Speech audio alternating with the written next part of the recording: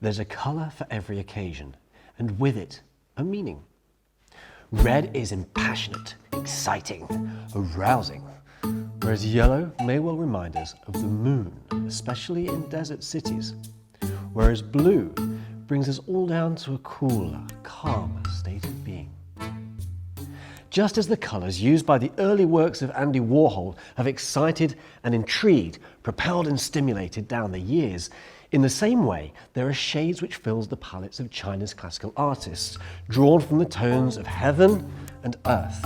It is said that these are the colours of the universe. Deep. Let us start from black. Something in and of itself rather startlingly chilling. In Chinese tradition, black, because of the fact that ink was derived from the charring of grease or wood, is a very deep, matte colour, and it's this colour that's the basis of shading in Chinese art.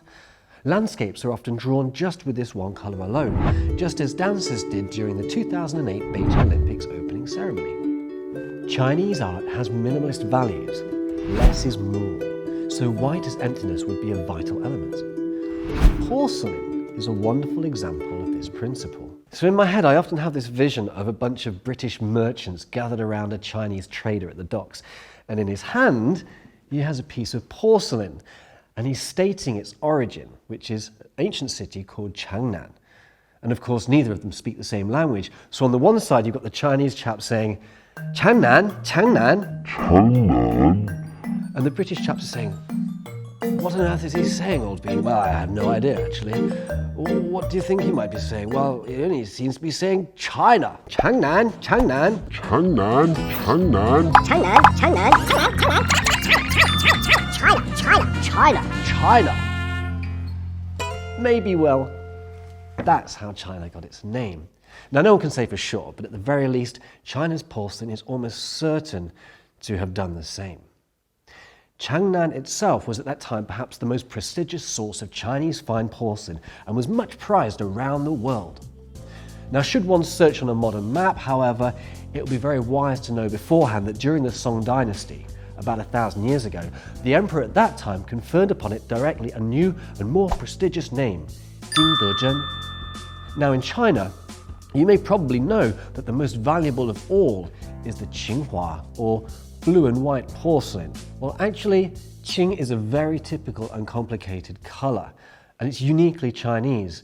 It actually means blue or green or black, depending on the context. Now, it's a bit too complicated to explain in the time we've got together today, but I will tell you that the price of porcelain itself is affected because in the kiln process, the colours will transform and evolve slightly during the firing and the heat, and Qing is a really hard colour to control.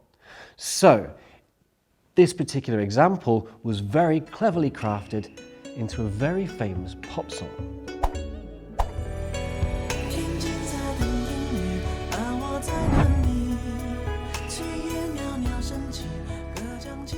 Now, as for yellow, if when speaking of look at the stars, look how they shine for you. Yeah, they were all yellow. Well, yeah, if Chris Martin's right, then that's what yellow is. But the roots of civilization might offer up a slightly more substantial reason.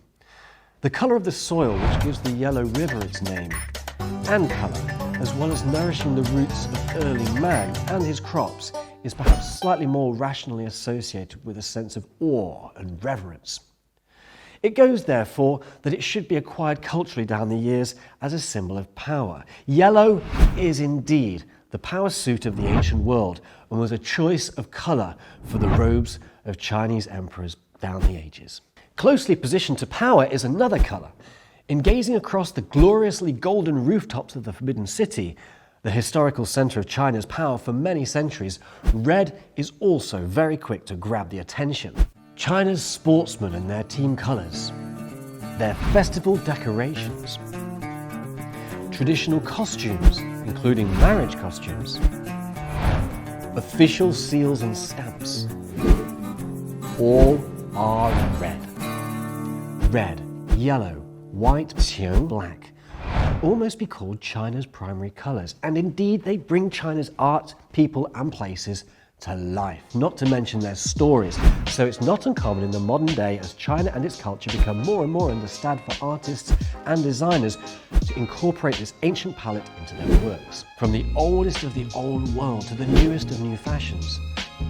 Keep your eye out next time you walk down the high street, for the colours of China may well be dressing the windows. I'm David. Hit like, hit subscribe, go to our Instagram, Twitter and Facebook. But until next time, make sure you keep it open.